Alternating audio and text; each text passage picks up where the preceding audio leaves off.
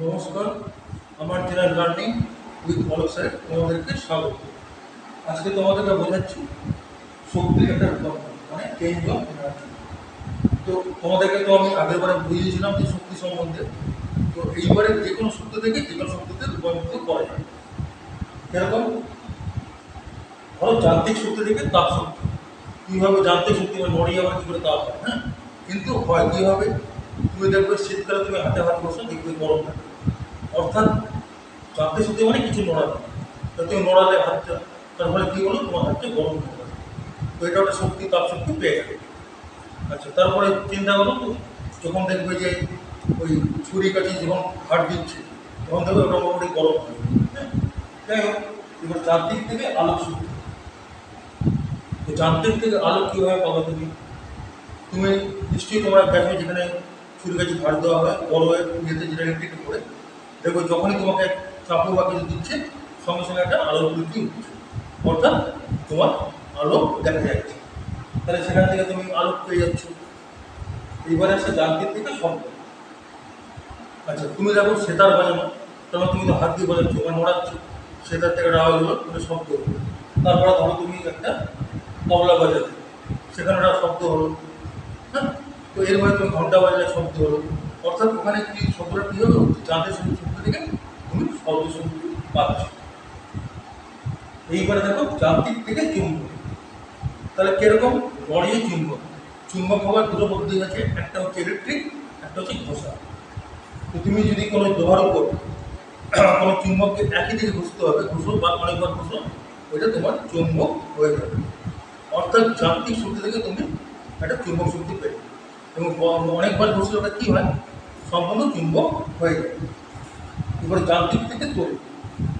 তো আগেকার দিনে সাইকেলে দেখো ডায়নামো ছিল, এখনকার দিনে ওদের রাখে না, কারণ এলইডি বাল্ব বেরিয়ে গেছে। যাই হোক, তো ডায়নামোতে কী হতো, তোমার চাকার ওখানে একটা যন্ত্র থাকতো, তুমি যেই ওটাকে অন করতে, তখন কী হতো, তুমি যেই সাইকেল চালাতে তোমার আলোটা জ্বলতো, অর্থাৎ তড়িৎটা তুমি পেয়ে যেতে।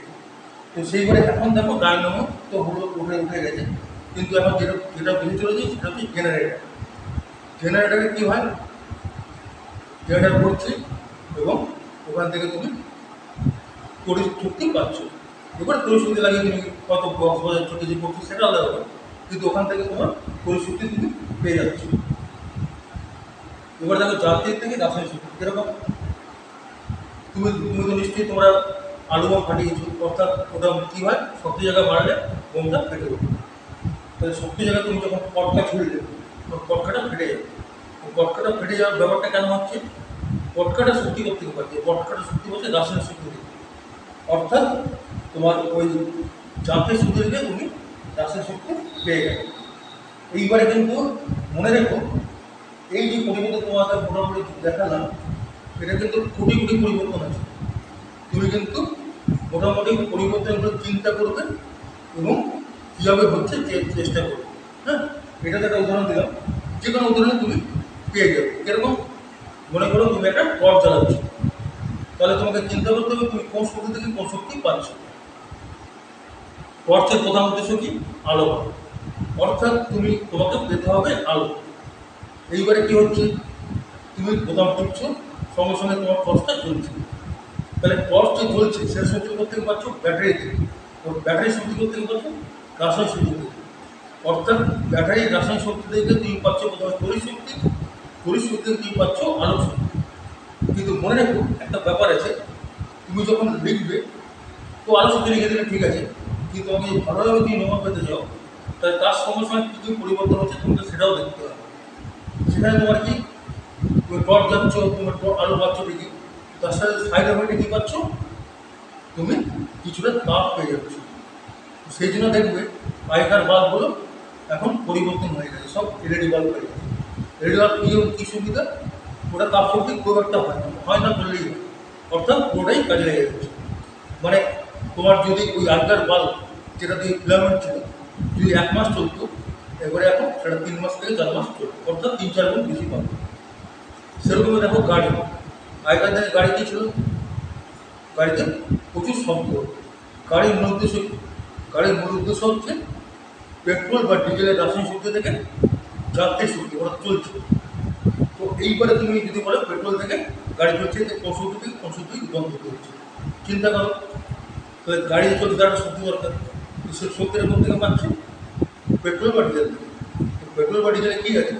রাসায়নিক কোনো একটা জিনিস আছে, রাসায়নিক শক্তি থেকে তোমার পাচ্ছ যান্ত্রিক শক্তি, কিন্তু তার সাথে সাথে তোমার কতগুলো এফেক্ট হয়ে যাচ্ছে কী কী? তাপ শক্তি, কিছুটা তাপে চলে যাবে, আর কিছুটা চলে যাবে তোমার শব্দ শক্তি। সেই জন্য এখনকার যে মডার্ন গাড়িগুলো বেরিয়েছে দেখবে শব্দ হয় না, স্টার্ট করলেও বোঝা যাবে না যে স্টার্ট হচ্ছে, অর্থাৎ শব্দটাকে পুরোটা উঠিয়ে দিয়েছে। আর তাপ শক্তিটাকে অর্ধ উঠাতে পারেনি, যাই হোক মোটামুটি এখন ওই জন্য পেট্রোল বা ডিজেলের অনেকগুলো গাড়ি হয়। তাহলে এইভাবে তোমার পরিবর্তনগুলো দেখবে, এবং পরিবর্তন হওয়ার সঙ্গে সঙ্গে তুমি চিন্তা করবে যে কোন কোনভাবে পরিবর্তন হচ্ছে। মনে করো তোমাকে বলা হলো যে কেরোসিনের ল্যাম্প চলছে, কোন শক্তি কোন শক্তি রূপান্তর হচ্ছে তুমি চিন্তা করে বলবে, হ্যাঁ, চিন্তা করে লিখবে যে কেন আমি ল্যাম্প ওই কেরোসিন থেকে আমি আলোটা কীভাবে পাচ্ছি, কোন শক্তি রূপান্তর হচ্ছে, এইগুলো মনে মনে ভাববে। এবং এরকম যদি তুমি চিন্তা করো তবেই তুমি পুরো জিনিসটা বুঝতে পারবে।